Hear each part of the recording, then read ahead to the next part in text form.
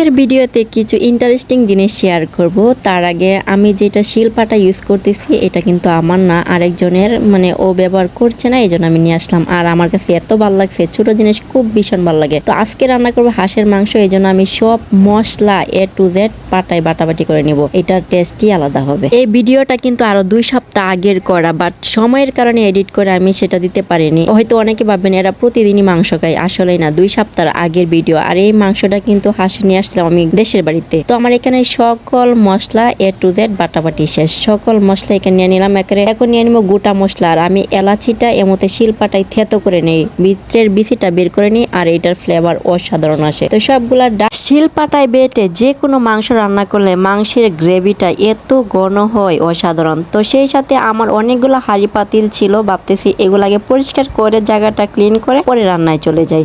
আর এই কড়াইটা আমি কচুর ভর্তা করছিলাম, কচু পাতার, সেটা পুড়ে গেছিল, এই জন্য এটা কেমন কালো। এই কড়াইয়ে আজকে হাঁস বোনা করব, তার জন্য এটা আমার ভালো করে ঘষা মাঞ্জা কইরা ভালো করে পরিষ্কার করতে হবে। রান্না করার আগে যদি হাঁড়ি পাতিল ভালো করে পরিষ্কার করা না হয় বা না থাকে, তাহলে কিন্তু রান্নার প্রতি ইন্টারেস্টিং থাকে না, আর দেখতেও সেটা সুন্দর লাগে না। আর মেয়েদের তো এমনিতেই গুছানো, সব ক্ষেত্রে ওরা পরিষ্কার পরিচ্ছন্ন। সব মেয়ের ক্ষেত্রে কি জানি না, তবে আমার ক্ষেত্রে এটা একেবারেই। তো আমার এই যে হাঁড়ি পাতিল সব ধোয়া হয়ে গেছে, এবার আমি কলের নিচে মাংসটা ফালে ইচ্ছা মতো এটাকে ধুয়ে নিব। আর অনেকে না আগে থেকে ভিজিয়ে রাখছিলাম যে রক্তটা পুরাপুরি ছাড়ে। অনেকেই বলে হাঁসের মাংস রান্না করলে নাকি একটা গন্ধ ফ্লেভার থাকে, তার জন্য লেবু দিয়ে ধুইতে হয়। আসলে ওরকম না, যদি মশলাটা ঠিকঠাক মতো কষাইতে পারেন তাহলে গন্ধ কেন, গন্ধর বাপ এখানে থাকবে না। কথা না বাড়িয়ে চলে গেলাম কড়াইয়ে তেল দিয়ে, এখানে সব বাটাবাটি যে মশলা, গোটা মশলা সবগুলো দিয়ে ভালো করে এটাকে কষিয়ে নিতে হবে। রান্নার টেস্ট হয় যদি আলসামি বাদ দিয়ে একটু পরিশ্রম করে মন দিয়ে কাজ করা যায়, তাহলে রান্না টেস্ট হয়। আর যদি সবকিছু ওই যে রেডি মিক্স ব্যবহার করেন তাহলে তো রান্নাটা ওই রেডি মিক্সই হবে। তো যাই হোক, মশলাটা কষিয়ে নিলাম। এইখানে এবার শুকনা মরিচের গুঁড়া, হলুদের গুঁড়া, ধনিয়া সুজের গুঁড়া এবং স্বাদ মতো লবণ,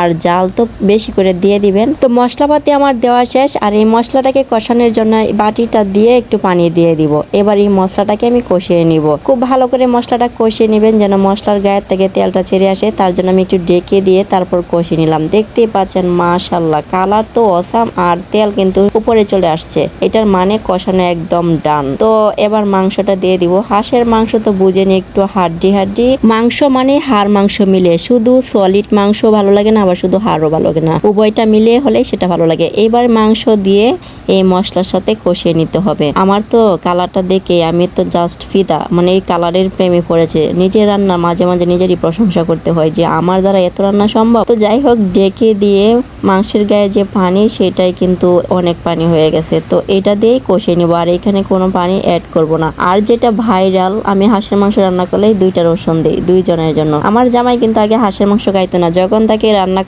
খাওয়া শিখাইলাম তখন তো সে জাস্ট মানে প্রেমে পড়ে গেল, যে কারি হাঁস করে যে হাঁসের মাংস রান্না করো। যাই হোক, এই তো কষাইতে জ্ঞান গ্রেভিটা কি চলে আসছে, অনেক দারুণ চলে আসছে কিন্তু গ্রেভিটা। আর দিনটা ছিল শুক্রবার, তার জন্য এটা রান্না করলাম। আর বলছিলাম শুরুতে যে একটা ইন্টারেস্টিং দেখাবো, সেটা কিছুক্ষণ পরেই দেখতে পারবেন। চুলার আঁচটা একদম লোতে রেখে সেটা কষিয়ে নিব আরো কিছুক্ষণ। আর যেটা ইন্টারেস্টিং সেটা হলো আমার হাজবেন্ড ওয়াশরুমে সে কাপড় ধুইতেছে, তার প্লাস আমার, আর আমি তার পিছন দিয়ে ভিডিও করতেছি। সে প্রথমে টের পায়নি, পরে যখন আমার একটু হাসি উঠলো তখন সে সত্যি টের পেয়ে গেল। আর সে ভাবতেছে, সে অনেক লজ্জা, কিন্তু তাকে দেখেই বোঝাচ্ছে সে কতটা লজ্জা পাচ্ছে। সে সচরাচর ক্যামেরার সামনে আসতে চায় না, সে খুবই ক্যামেরা শাইন। তো আমি ভাবতেছি একটু করি না, কি হচ্ছে, কি সমস্যা, যাও তুমি এখান থেকে ক্যামেরা নিয়ে। তো যাই হোক, ওইখান দিয়ে আমার তরকারি কিন্তু 12টা বাজে যাচ্ছে, লেগে যাচ্ছে, একদম কষানো শেষ, কোনো তেল মশলা নাই। এবার এখানে একটু ঝোল দিয়ে দিব। তো ঝোল দিতে দিতে আর একটু, আমি যখন হাজব্যান্ড বাসায় থাকে তখন আমরা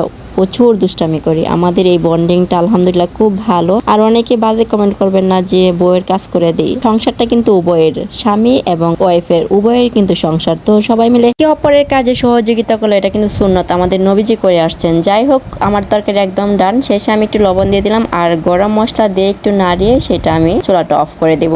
আর আমার হাজবেন্ড আরেকটা কাজ করবো, চলেন সেটা আপনাদের সাথে শেয়ার করি। আর তার আগে আমার একটু তরকারিটা দেখিয়ে দিলাম কেমন হইলো। তো আমরা কিন্তু এখানে ফ্লোরে থাকি, যেহেতু আমরা অস্থায়ী কোনো একটা বিশেষ কারণে ঢাকা আসছি, তো বেশি দিন থাকবো না, চলে যাব আমি, হাজবেন্ড থাকবে। তো এই জন্য আমরা ফ্লোরিং করি। আর সে কিন্তু ওই যে আজকে বললাম না শুক্রবার একটু হেল্প করতেছে, সে ভাবতেছে তুমি আবার আমার সাথে আসলা। আর আমার কিন্তু এরকম দুষ্টামি করতে ভীষণ ভালো লাগে। তো ভিডিওটা আজকে এই পর্যন্তই। সব মিলে কেমন হয়েছে কমেন্টে জানাবেন। আল্লাহ হাফেজ।